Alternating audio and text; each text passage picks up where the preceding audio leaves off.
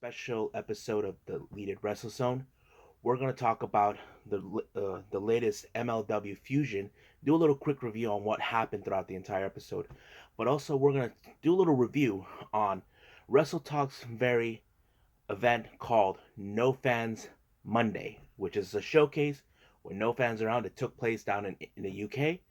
We're also going to give you guys some news updates that relate to WrestleMania and anything related to it and what's been going on with the pandemic in certain Major League Wrestling promotions. So, get yourselves a cold beer and welcome to Deleted Wrestle Zone.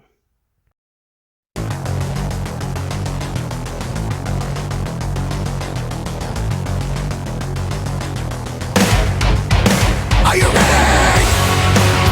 Get up, get up. Get up, get up. Get up, get up. Get up, get up. Get up, get up. Get up, get up. Everyone, this is J-Rod here. Welcome to Deleted Wrestle Zone. Sorry, that's my cat over there. Anyway, so on this particular episode, we're going to do something different. I managed to talk to Nico.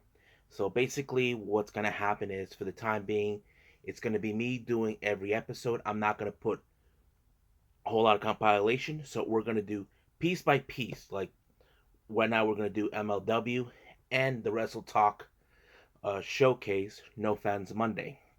So right now, let's get started with MLW.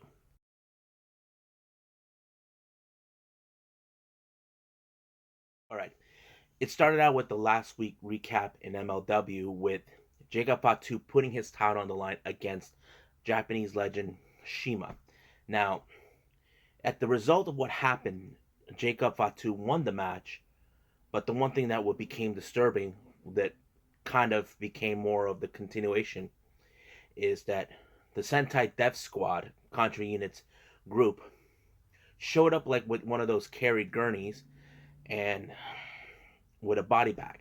Jacob Fatu put Shima in the body bag and they carried him off. So the question was, where's Shima? So nobody knows what happened to him. The only people that know is Contra Unit. So MLW wanted answers. So that's what happened in the start of the show. Where's Shima?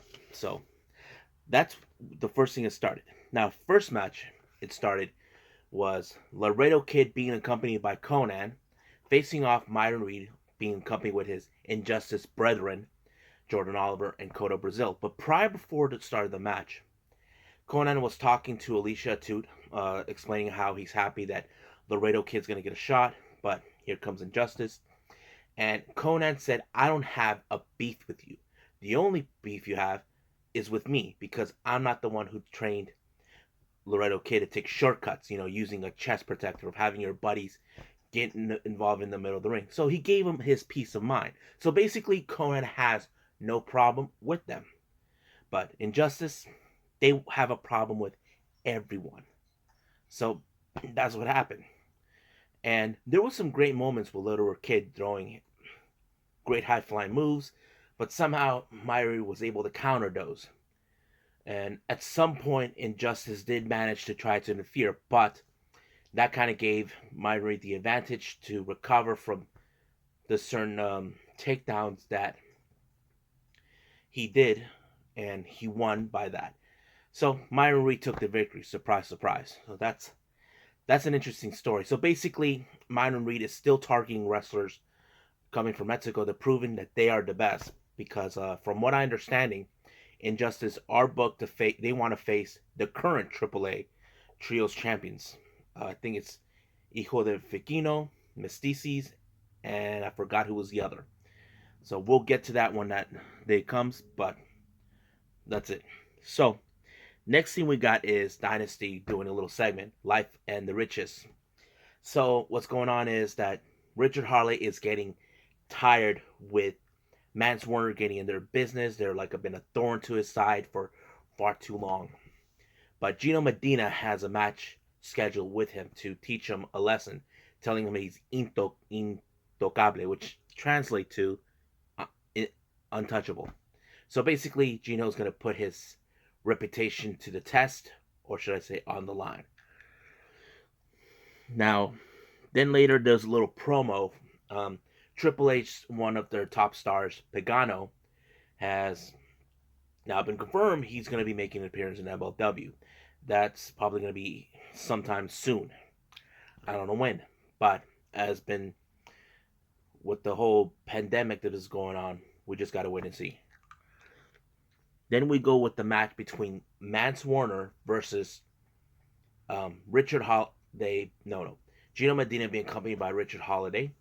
And, of course, Gino always tried to be outsmart, but this time Mance got the better of him. So the way this match ended, he took one of their,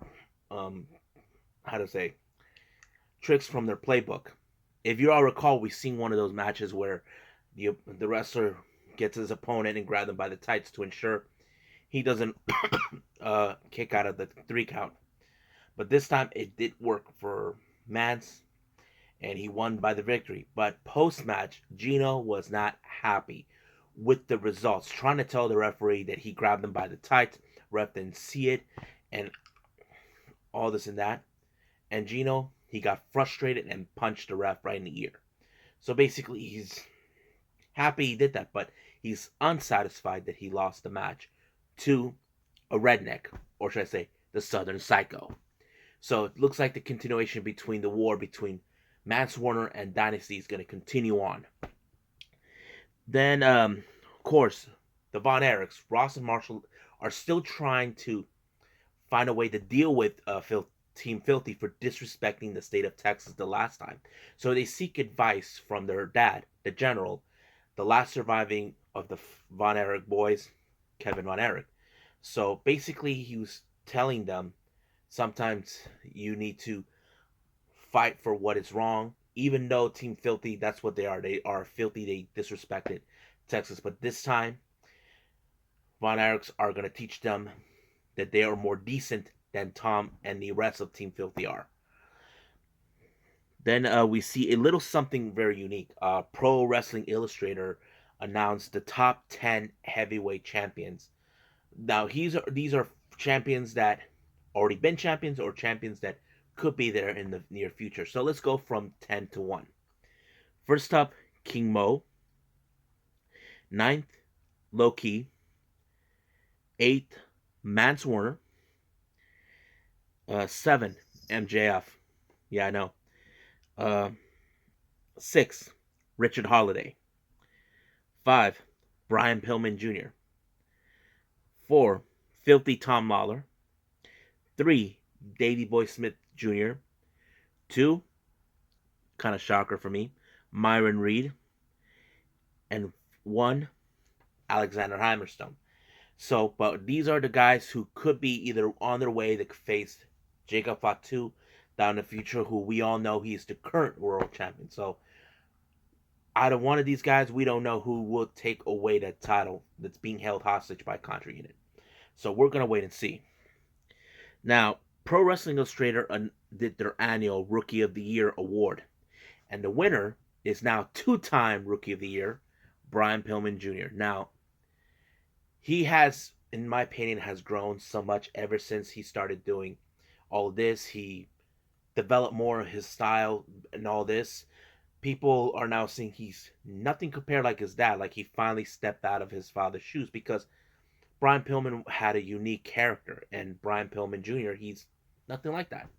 And he's hungry. He's now gunning for the MLW World Middleweight Championship away from Myron Reed, since his feud with Injustice continues on. So I'm very proud that Brian Pillman continues being Rookie of the Year 2 times. We'll see if he gets a 3rd time next year. Now, I kind of knew this was going to happen the moment Brian Pillman won Rookie of the Year. Injustice were ranting about this, saying it's really pathetic that that Brian Pillman got it twice. Why they couldn't give it to one of them? You know how that is. But Myron Reed thinks that even though he's trying to lose weight to get to this weight class, he says it doesn't matter that he's going to run in circles in him. Well, I hate to say this. Don't say never. If Brian Pillman is able to succeed taking away that title, then I'll give him a clap. Then we see the interview between Eric Stevens. Now, since he's the latest member of Team Filthy, he still is not happy with the fact he lost with Davey Boy Smith Jr. But Tom Lawler saying that he's now going to deal with his opponent of the night. If you guys don't know, it's Killer Cross. Now, he has done some taping. Now, remember, MLW do tapings. They don't do live streaming like they do with AEW or WWE or Impact Wrestling. So, what's happening is he's now, by the time the tapings are now being aired, he's already signed with WWE. So, that's one of those things that kind of happen. So, anyway, Tom Lawler says that he's going to face a guy who's mostly street smart or facing the streets or street fighter or whatever, thinking he has no chance against Tom Lawler since he's a world-class fighter in the MMA game.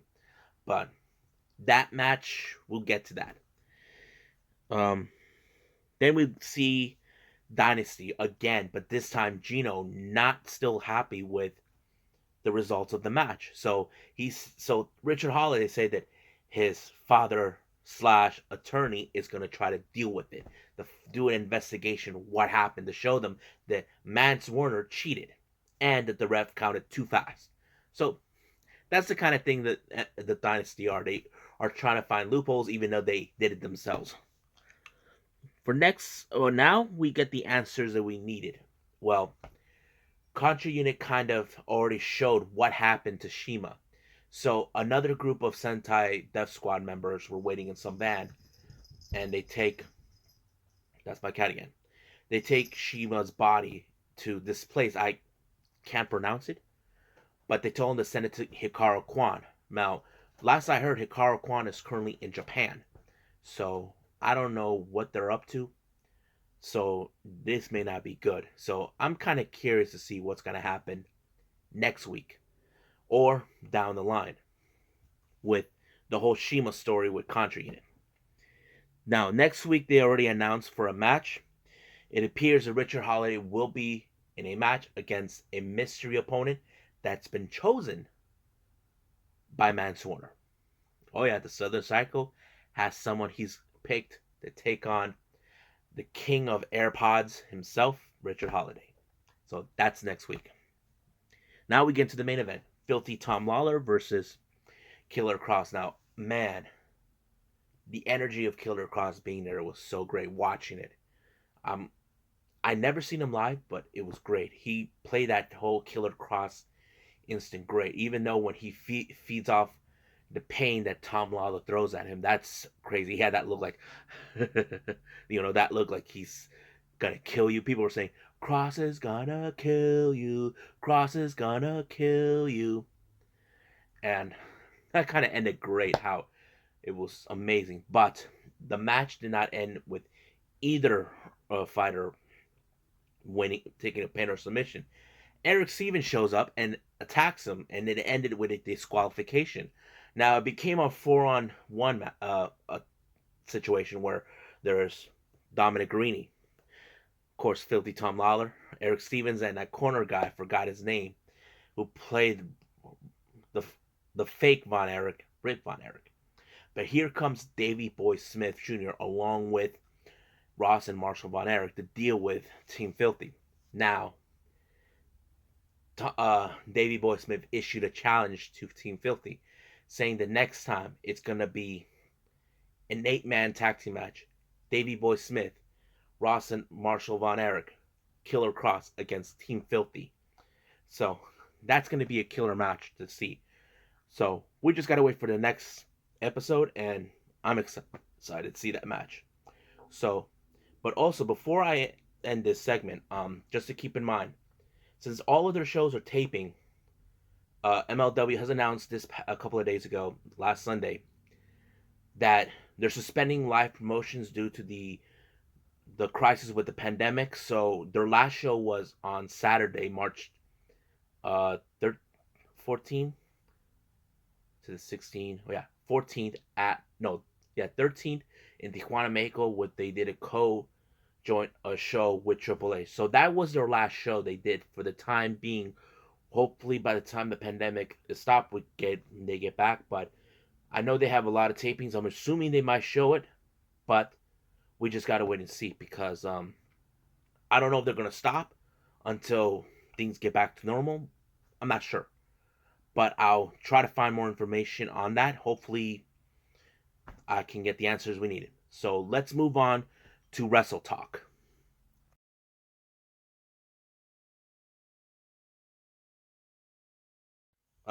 This thing with WrestleTalk, let me explain who these guys are.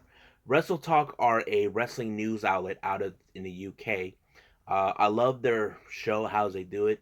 There's multiple people involved. There's like Ollie Davis, Luke, and two other guys. So basically, there's four co-hosts. They like switch around with all this. Now they were planning to throw in a showcase show down in England, but since the pandemic ended, the pandemic started, it kind of flip flopped the whole thing. Will Ospreay was going to do this show, but once his tour down in Japan was canceled, he was planning to wrestle down in the UK, but the COVID-19 reached the UK, and that kind of made things a little difficult for him. But he came up with this whole idea. This took 4 days to prepare it. He thought, let's have a show, but with no fans. So they're calling it the WrestleTalk Showcase No Fans Monday. Now, what did I thought about the show? I'll give you what I thought. It was great. I love how it was completely different. Like, I did saw the SmackDown with no fans. It didn't felt right for me, in my honest opinion. But with the WrestleTalk Showcase, No Fans Monday, unbelievable. I love the energy on that. Great matches. I give it a 9 out of 10 because there were some flaws they made, but the show was great. So let's start out with the first match. So it was Paul Robinson versus OJMO. Here's a fun fact about Paul Robinson that I just found out today.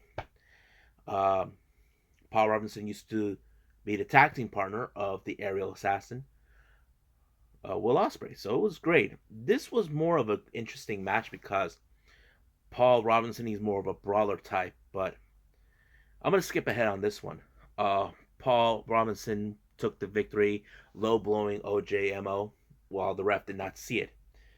And he won the victory that way. Now, I want to give you guys a little pause, something that I failed to mention when I started doing the matches. Well, the referee was wearing shorts, the kind that coaches like basketball, like the short shorts, like up to here. That's ridiculous. I was like, what the hell? I haven't seen anybody dressed like that. I mean, it's kind of weird. So, but yeah. Now the next interview was with Alea James. Now, originally she was booked to be in a triple threat match against Giselle Shaw, the current Rev Pro Women's Champion, and Mercedes Blaze, but it turned to become a singles competition with Mercedes Blaze and Giselle Shaw. But we will get to that as soon as possible. Now, the next match they had is called the Scramble of Doom. 5 wrestlers entered, and here who they were: Adam Matix, Carlos Romo, Malik, Chuck Cyrus, and Paul Sayers. Now, these are individuals that came from different parts of the country. Carlos Romo, he's originally from Spain, and I think Malik comes from some part of the Middle East. I'm not sure, but it was great. The scramble is amazing. I love how some part of the matches they were tossing each other, trying to win. The only way to win is either by pinfall or submission, but you got 3 other guys that will try to stop you so you won't take the win. And Chuck Cyrus did amazing power bombs with all 4 of his opponents, but he was about to do one with the ref. I'm like, don't disqualify yourself. But no, he just, okay, sorry.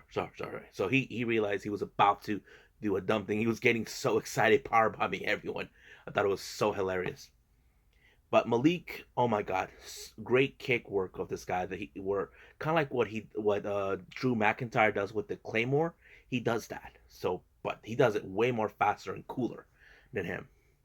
I'm surprised that WWE hasn't picked him up, but we'll get to that. But the winner of this match was Chuck Cyrus. I have to say he made a good impression on me, and I love how he was working. In post match, he does an interview and he said he's about to hug everybody, and he I think it was Luke who ran because he didn't want to hug him because of the virus. Come on, excuse me. Then we had an interview. No, the next match we had was a women's match: Giselle Shaw versus Mercedes Blaze. This one was, oh my God, one of the best matches that I've seen, especially in the women's wrestling that I've seen. Giselle Shaw, she's not your ordinary type of female wrestler. She throws in a bit of the aggressiveness and certain things that you never seen. I was enjoying what she was doing. Mercedes Blaze was using rubber gloves because she didn't want to get infected. I thought it was a funny segment on that match, but of course it wasn't working, so she had to take off the gloves. Giselle Shaw throw in some great kicks, great submission moves. If you must know, Giselle Shaw is the current Rev Pro Women's Champion, so that's why she's dominant. And I know many people would like to see her in other promotions. If you guys must know, she also works here in the States for women in wrestling. She's known as Reina Reyes, but that's only when she's in women of wrestling. But when she's not, she's just Giselle Shaw, based out of Canada. Great, she's great. I love her, and she eventually won the match. She put Mercedes Blaze in a submission, like kind of like an armbar type, like pulling it back, kind of like similar to what Pentagon does when he snaps the arm off.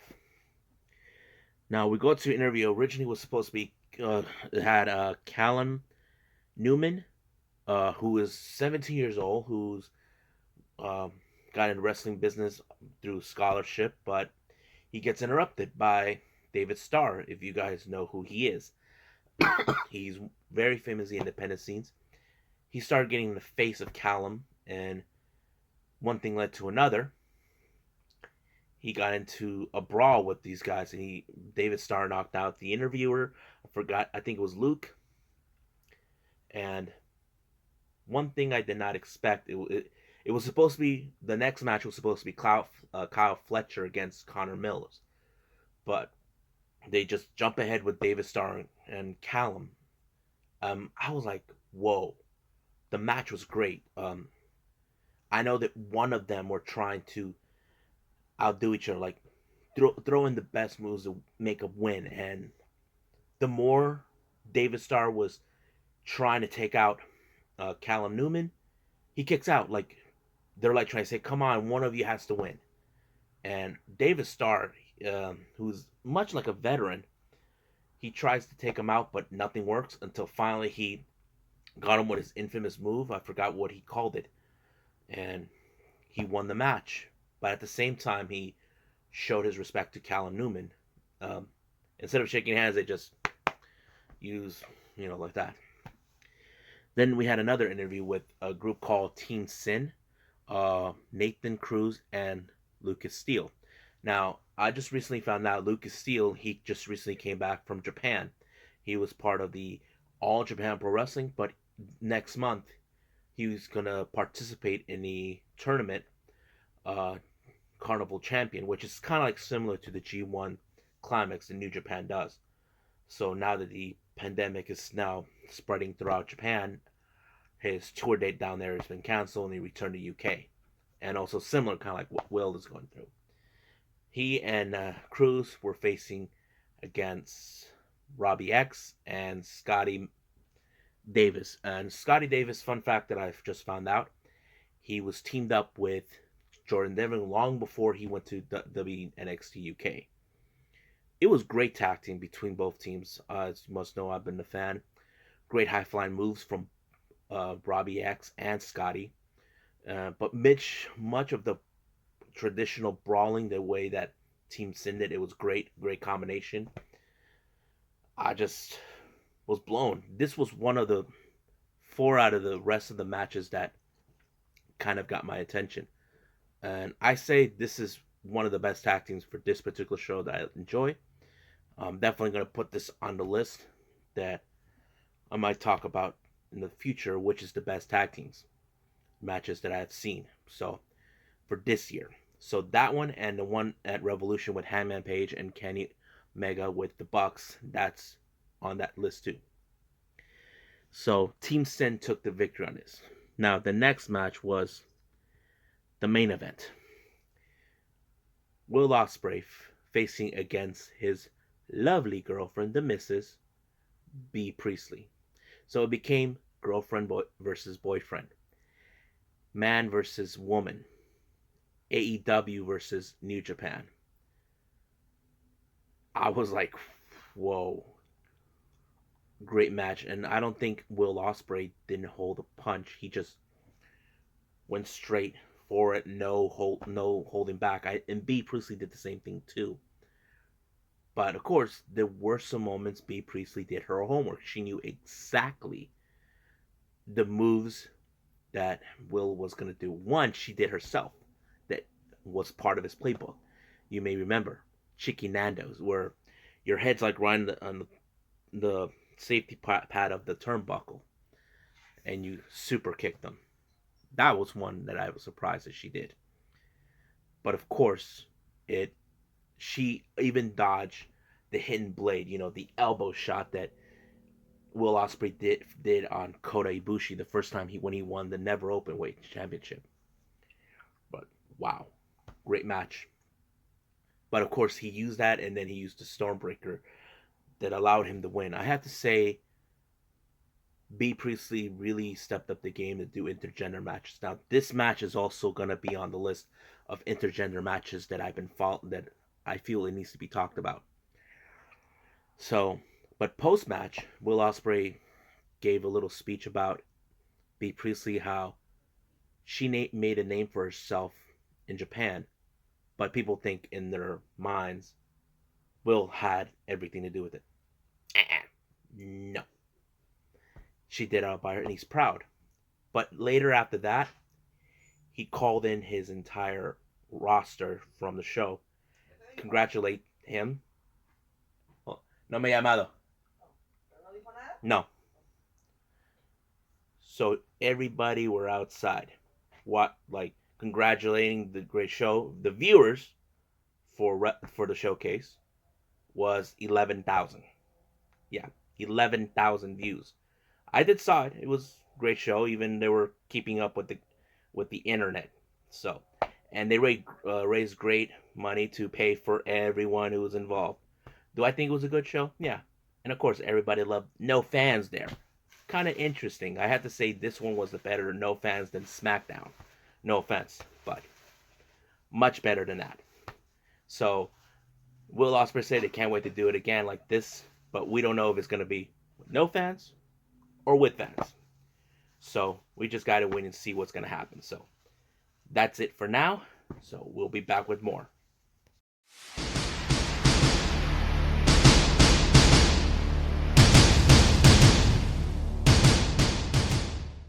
Alright, so we're giving you guys some news updates. I've been talking about this for quite some time now, about WrestleMania 36.